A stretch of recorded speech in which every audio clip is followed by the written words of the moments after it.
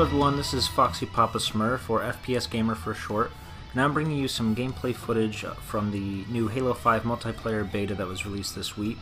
Originally I did try to live stream this on launch day, but just due to some technical difficulties I wasn't able to get that running. But I do have all the footage from launch day, and the voices you'll hear over the footage are myself and Foxy Orca Whale, discussing some of the newer aspects of the game. Without any further ado, just sit back and enjoy some of my favorite moments from the beta so far. I feel that whether or not they've accomplished it is, I can't tell yet. Obviously it's a beta, I've only played 4 rounds, but I can tell so far that they really are trying to make it more competitive. Because Halo 4 was incredibly competitive. How long are the player-to-player skirmishes? You die quick. That's Call of Duty. I mean, I liked in Halo, like all the Halos so far, like a one-on-one. It's a pretty, you have options. Yeah, I mean, it's still Halo. I mean, it still takes twice as long to kill someone as it does in Call of Duty. But I would say you die probably as quickly in this one as you did in Halo 1, actually, if you can think of it that way. Yeah, I remember that. Like 4 shots from a Magnum. Basically, yeah. I mean, it takes more shots from a Magnum. The weapons are, I'd say, fairly balanced. The assault rifle is pretty boss. I mean, I'm going to be honest. It's got an increased range. It's just as powerful, but the range is... It's effective at longer range, I'd say that. That's good, so you can start hitting them sooner. Yeah, I mean, like Halo 3 especially, unless they're right in front of you, like the assault rifle didn't do much of anything. Yeah, I remember that. And at that point, I just would rather have a shotgun, if I was that close. Yeah. Speaking of which, what's the shotgun like? I haven't seen it yet. I don't know if they have it in here. Right now, they only have 2 maps available. Every week, they're gonna do more, so... So, out of the gate, the assault rifle's a little OP. So, I don't know. It's definitely not like a weapon you definitely want to switch out right away. However, this is one thing I did notice they did pretty well, is that competitive aspect of it, like trying to get power weapons to dominate the map. The map is designed to work really well with one specific weapon, and that's the power weapon. For example, I'm playing on a map right now called Empire. The sniper rifle is really effective here. So if you have that sniper rifle, you want to keep it. And if you're going to lose it, I saw somebody do this. I was shooting at a guy. He knew he was going to lose, so he jumped off the edge because he does not want our team to get that sniper rifle. Interesting. Yeah. So I mean, it's very competitive. Like, I will say that. I mean, whether or not it works well, I don't know yet. But you definitely feel that kind of heart pumping competitiveness you had back in Halo 2, And make it an arena multiplayer. Make it a real competitive, yeah. Well, I know Call of Duty, and what made them different, we saw Halo 4's kind of Halo Duty. They were kind of drifting toward Call of Duty a little bit. Yeah. What we saw is they really didn't care too much to make their maps competitive. Like, they could be completely asymmetrical, weighted to one team all the way. They made the games competitive. So instead of CTF, where it's really simple and it's first to score 3, it's say you score 2 and one team scores 1, but then you win a round, and then then you switch sides of the map, and then you do a second round. And say that round you get 2 and the other team doesn't get any, well then you go into overtime. The way overtime works is as soon as you score a flag, the round is done. And say you scored the flag in 50 seconds. Right. The other team has a chance to try to beat that time. Right? So they try to make their game types really competitive, which is fun. They're hard to understand. They take a long time, but they're fun for sure. I remember forging. The primary thought in my mind was, how is this going to play? How is this going to, what is this bridge here? This is providing cover. You can almost think of shadows of different objects as cover, right? Because at a larger range, you would get less coverage, right? Right. So all these sort of different elements that you take into play, and then your secondary is, how do I make this look cool? So, I mean, is that kind of what they're going for, though, still? I mean, going back to, like, Halo 2, if you remember, what was it called? remember you called it installation, but what was the original map called? Foundry or Foundation? No, not Foundry. It was the form rooms. Yeah, Foundation. Foundation. Foundation. There we go. Foundry was the original Forge World. Yeah, that was the... Yeah, exactly. Yeah, I mean, it's fun. But then again, my first 15 minutes playing Halo 4 was fun. So I don't know so far how to feel. You didn't like Halo 4, huh? No. I mean, it was okay. I mean, it's really limited. I think the beta, they're really just going to say, okay, let's strip all this away. Let's just get back to what we know fans are going to like. Still, it's... I don't know, it's cool to see, like... It's not necessarily trying to be something it's not, but it is kind of saying, okay, you know, it's been, what, 14 years since Halo 1. Games have changed, you know? I mean, like... They have to take things that are universally fun and then fit them into their universe. But they have to make it fit into Halo. Not make Halo something else entirely. Yeah, I think, I mean, so far, like I said, I mean, I'm going to keep prefacing this. They're really just showing the prettiest parts of it, is kind of the feeling I'm getting. And as they release more content, you'll get a better idea of exactly... well, is it just Deathmatch, or is it... It's just Slayer. It's Slayer on just 2 maps, is all it is right now. Interesting.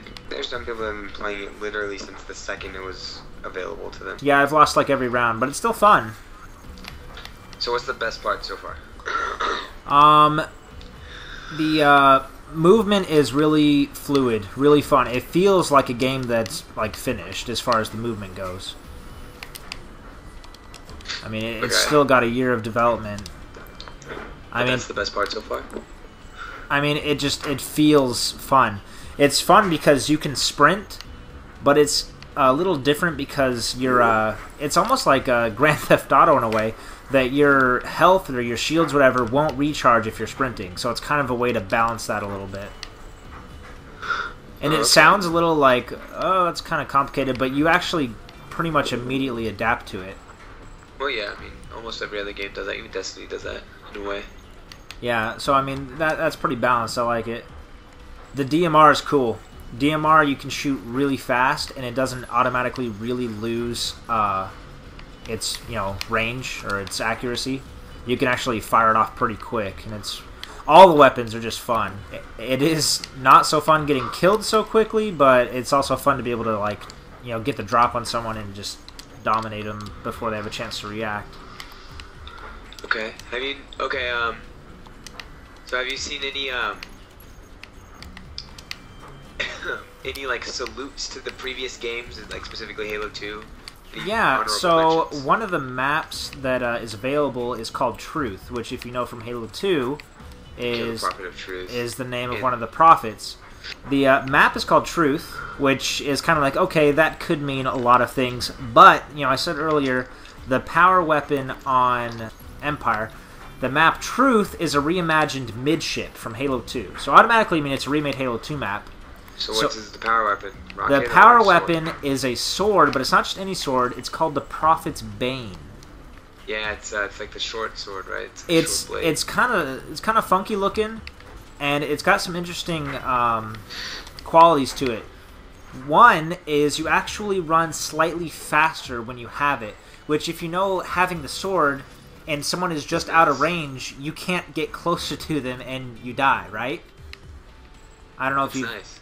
So you run slightly faster, which sounds like not a big deal, but actually makes a pretty big difference when you're chasing someone down and you can barely get close to them. And the range is crazy. Crazy. You can, like, zoom towards them, can't you? You, like, fly halfway across... I mean, not halfway across the map, but it is insane. It is a power weapon for sure. Like, when the game starts, people dart for that sword. I don't know if they're going to kind of nerf it a little bit, but for right now, it is a force to be reckoned with. I think you can only get 10 kills with it, though. So that's one thing. But only 10. You can only kill the other team twice over with it. Yeah, I mean, a sniper rifle, you get, what, 12 shots with it? Well, on this map, for example, there's 2 snipers, so if your team manages to get both, I mean, that's, 20 shots, right? I mean... From 2 directions. Yeah. I mean, and if you're a good shot, I mean that's 20 kills. So. Okay, have you encountered any glitches so far? Glitches, no. I guess I should back up a little bit. There's these Spartan abilities. They're not power-ups. They're not loadouts. They're not armor abilities.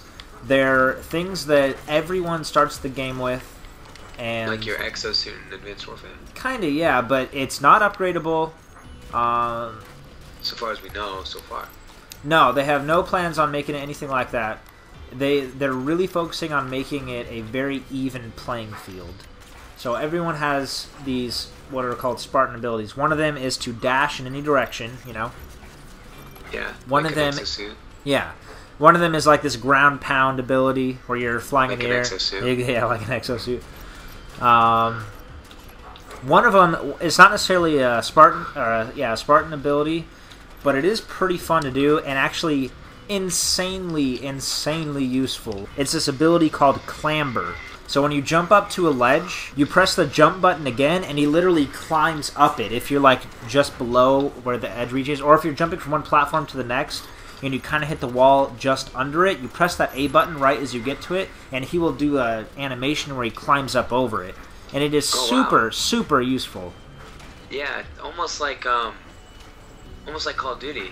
Yeah, almost. Or exactly like Call of Duty. Yeah, like I said, it reminds me of Halo. It reminds me of Call of Duty. I mean, they're kind of right on that line between copying other games and really taking the game into the modern era. Well, I mean, they've always been at odds with each other, Halo and Call of Duty. That's why it was such a big selling point for Destiny when it said that from the people who brought you Halo and Call of Duty, remember? Yeah. Activision and Bungie. So it makes sense that they're gonna try to lean towards Call of Duty and multiplayer, but are you gonna see like Joaquin Phoenix or Joaquin Phoenix, you know, star in the new Halo, you know, like, or some Kevin like Spacey, Leonardo DiCaprio as Master Chief, you know? Yeah, like Kevin Spacey. They're kind of on that line between like, hey, this is kind of familiar, and you know, let's just face it, it's not 2001 anymore. Games are different now than they were back then, and it's time to just kind of bring these into the, into the modern world. I mean, games are different now. They play different, and players kind of expect them to play different. I mean, the majority of people aren't like us. They didn't, grow up playing 1 and 2. A lot of people this is their first entry or maybe second entry into the Halo series, and all they've played is Call of Duty and Destiny, and they expect it to play a certain way, and if it plays differently, I think it's going to feel dated. So, I mean, like I said, they're kind of on that line.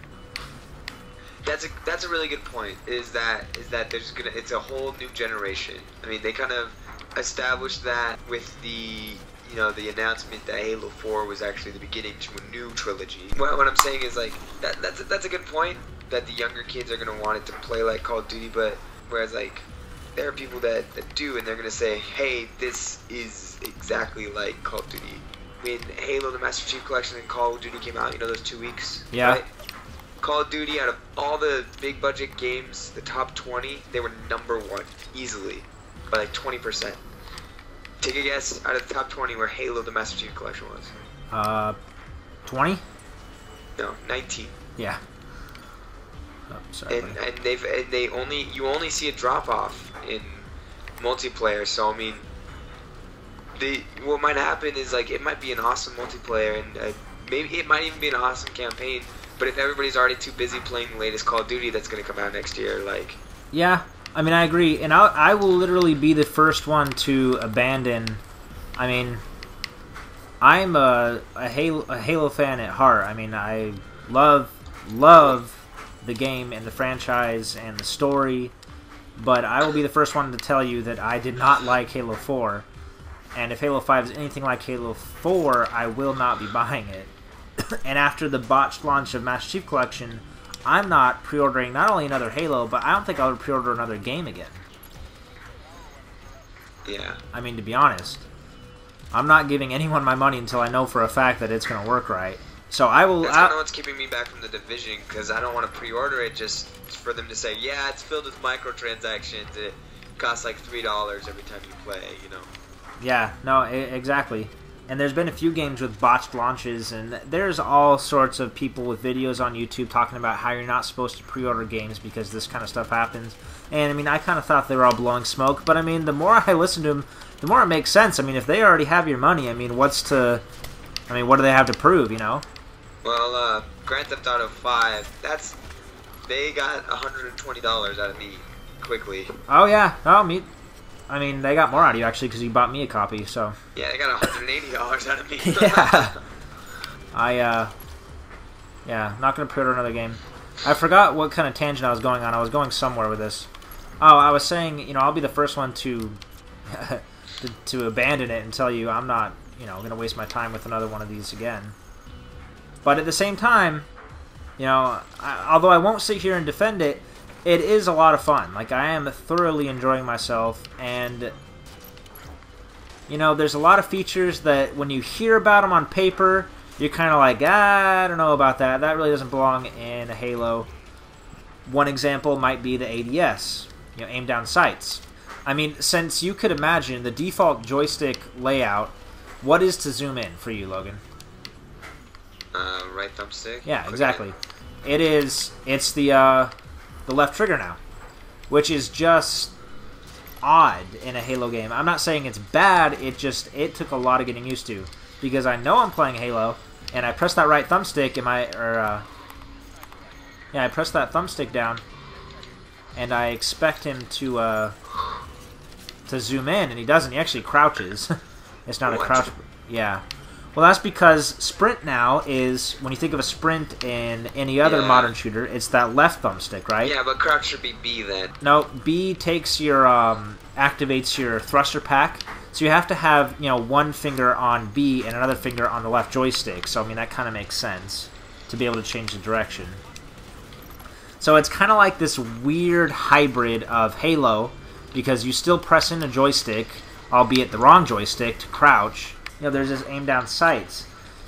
And in a game like Call of Duty, if you're not aiming down the sight, you basically have no hope. Unless you have something like a rocket or a shotgun, like, you're really sacrificing accuracy if you're not aiming down sights. I mean, is that correct? It's fair for most guns.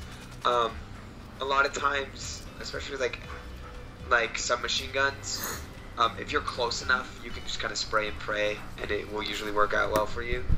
But with any type of assault rifle, LMG, anything but a shotgun, or you know, that, yeah, it's not gonna work at all. Okay, now on the you might as well just be like jerking off at them. Right. So now on the flip side, in a Halo game, I mean, if you don't zoom in, I mean, well, it's not really required. It's not really required. It's not that big of a deal. So people, when they saw the footage, when they saw this aim down sights, they were kind of like, whoa, whoa, whoa. I'll say I was one of those too. Playing with it, though, it's more an animation than anything else. It's more, instead of just appearing a scope on your screen, there's an animation that actually brings the gun up to your visor. I think that's the major difference. Yes, there's a little bit of accuracy that plays into it, but I can still kill someone pretty easily with the assault rifle without using that aim down sight feature. And like you know, Halo 2, when you got shot at or you were damaged in some way while you were zoomed in, it unzooms, exactly. So it does do that. Right. So, like, do you flinch when you're shot? Like, because I remember in any other Halo game, you really didn't do that. In Halo 2, you did. No, not like that. No, like flinch, not like you came out of the scope, but like flinch. In Halo 4, you did a little bit, and actually slowed you down too. If you remember, if you were being shot at, it would actually slow your movement. You don't flinch, you do unzoom. So in that regard, it does feel a little bit. You just have this microsecond where it feels like Halo 2. You see somebody with a sniper rifle, and you don't have a gun that can kill them, but you know you can at least hit them with it, so they won't be able to nail a headshot on you. And in that moment, you feel like you're playing Halo 2. It's kind of fun. I still do that to people, even in Destiny and Call of Duty. I still try to do that to people. And then it doesn't work. Yeah, and they blow your head off, yeah. Yeah. So there is that small moment where you do that and you see him fire and miss you entirely, and you have that kind of like satisfaction moment like you had remembering back 10 years ago playing Halo 2. So there's all these little, like, they've tried, I'm not saying they've succeeded or not, but they've tried to pull in the best parts from the more competitive parts of the Halo games and bring it into the new era. Well, thank you guys so much for listening in. I really appreciate it. So if you don't mind, go ahead and give this video a like if you enjoyed it, and subscribe if you haven't already. And I'll have more content on both the Halo 5 multiplayer beta and also my impressions on a few other games that I've managed to get my hands on. That'll be coming shortly. But thank you so much, and I'll see you next time.